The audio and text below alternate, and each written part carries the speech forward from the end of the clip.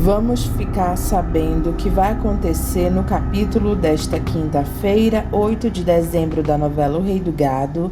Mas antes eu peço que você se inscreva no canal, ative o sininho para receber as notificações e deixe o seu like.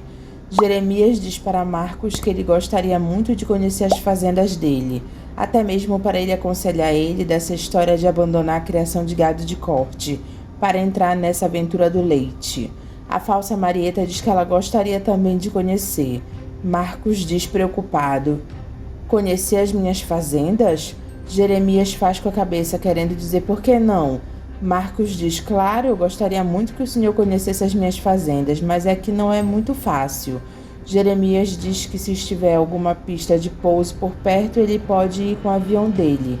Marcos diz que não tem nenhuma pista de pouso por perto, e quando chove é uma lástima.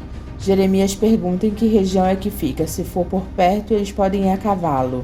A falsa Marieta diz que seria divertido. Marcos diz que ele promete que volta, aí eles organizam melhor isso.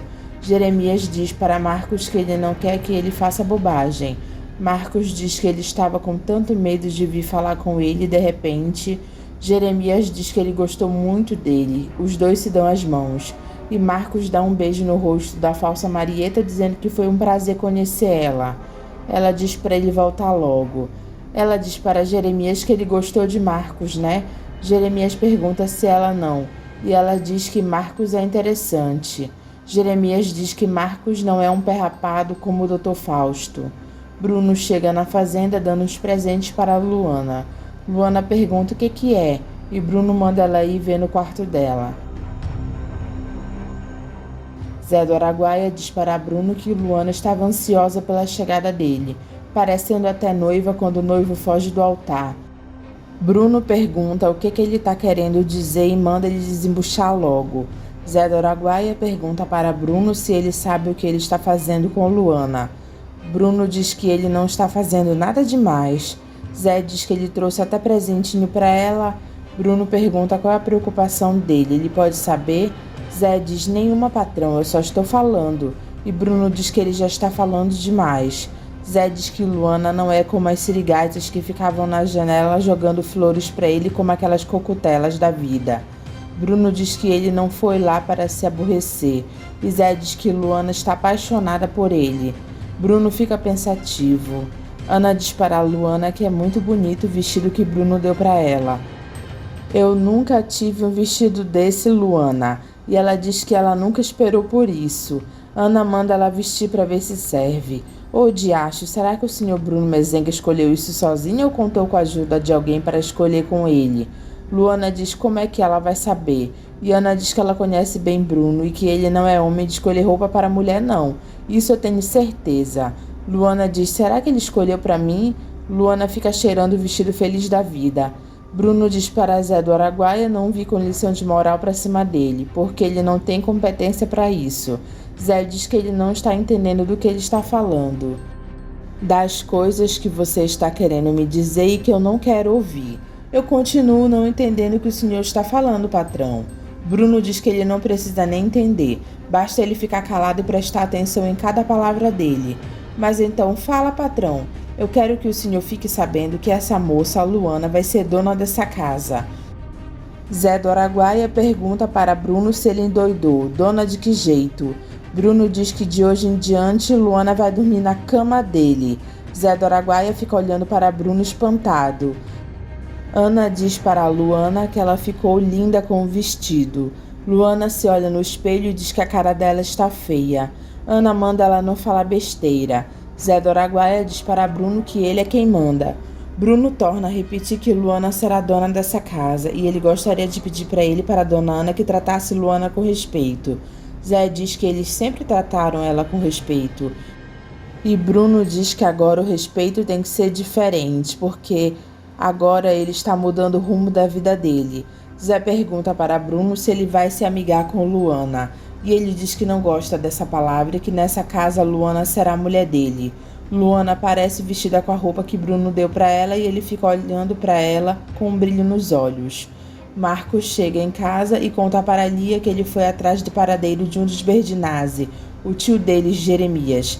Não me diga, foi o que roubou a nossa avó? Justamente, o tal que roubou a nossa avó Giovanna é a nossa bisavó Marieta. Lia pergunta como foi que ele descobriu isso. Marcos diz que ele foi atrás de uma das reportagens que ele leu sobre a criação de gado leiteiro. O nosso tio é o rei do leite e do café também. Ele só tem 4 milhões de pé de café produzindo. Lia pergunta para Marcos se ele falou com Jeremias.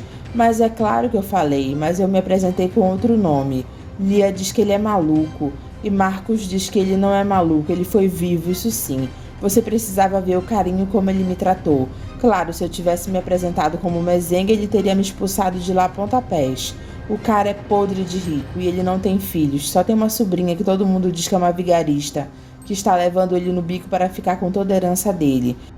Eu tô desconfiado que os únicos herdeiros dele somos nós. E se for verdade que essa Marieta é uma vigarista, nós vamos montar numa fortuna sem tamanho. Bruno diz para Luana que ele não quer mais ficar escondendo ela. Ele quer que daqui para frente ela seja a dona daquela casa. E quando ele voltar, ele quer ela esperando ele. Ela diz que vai estar esperando ele. Bruno diz que não vai faltar nada para ela, viu?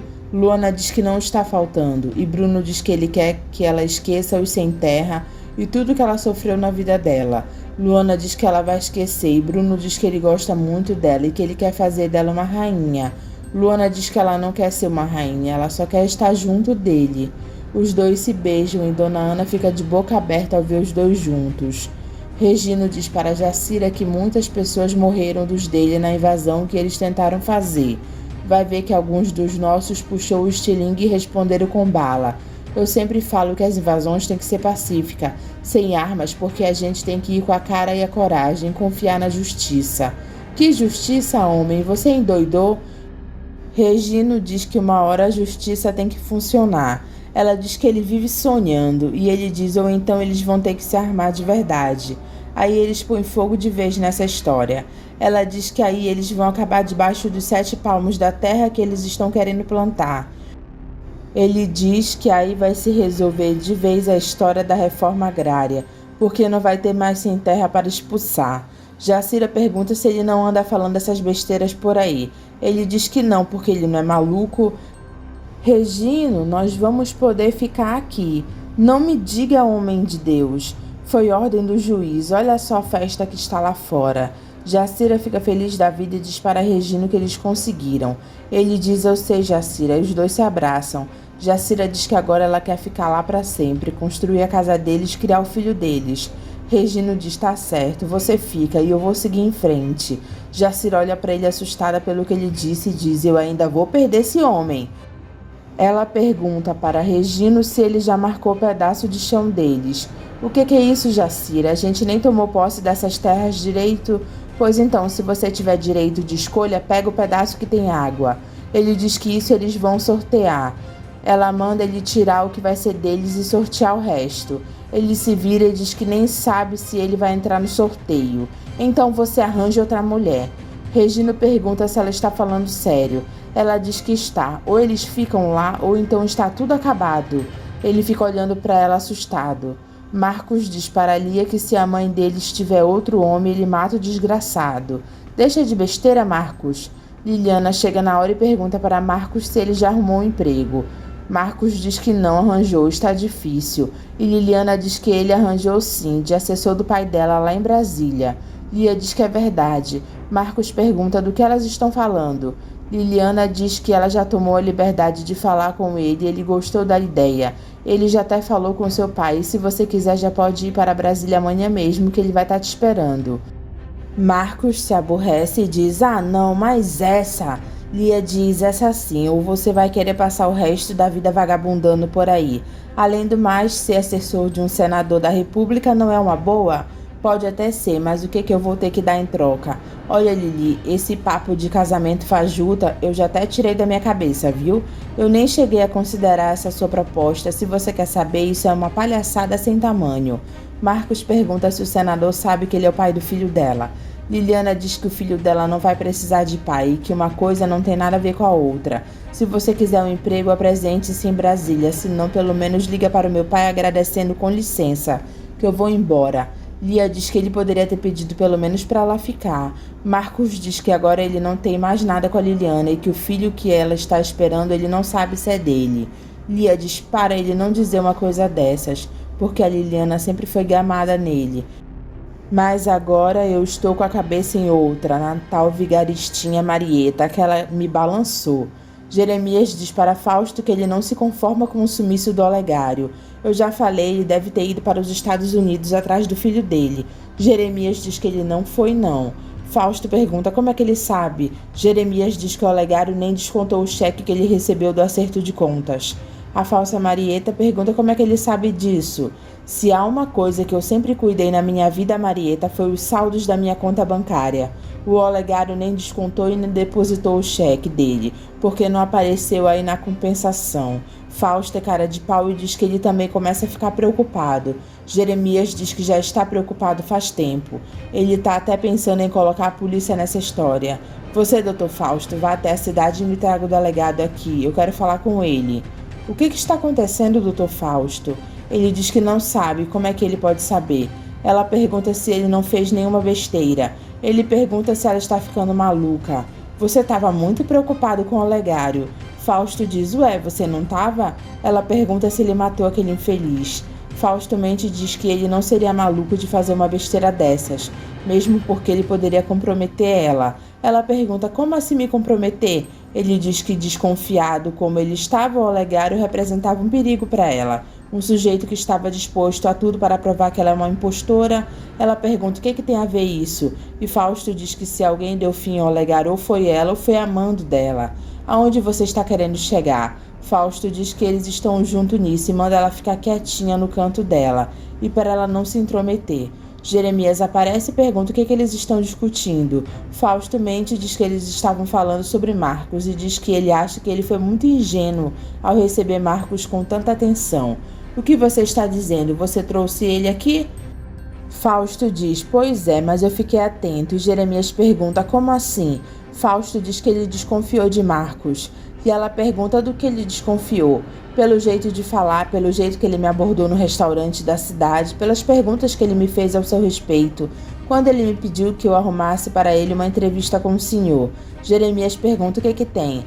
Ele pagou o hotel com um cheque que não tinha fundos, com a desculpa que o senhor havia recebido ele como hóspede. Eu fui até lá e paguei o hotel e fiquei com o cheque. Jeremias diz, e daí?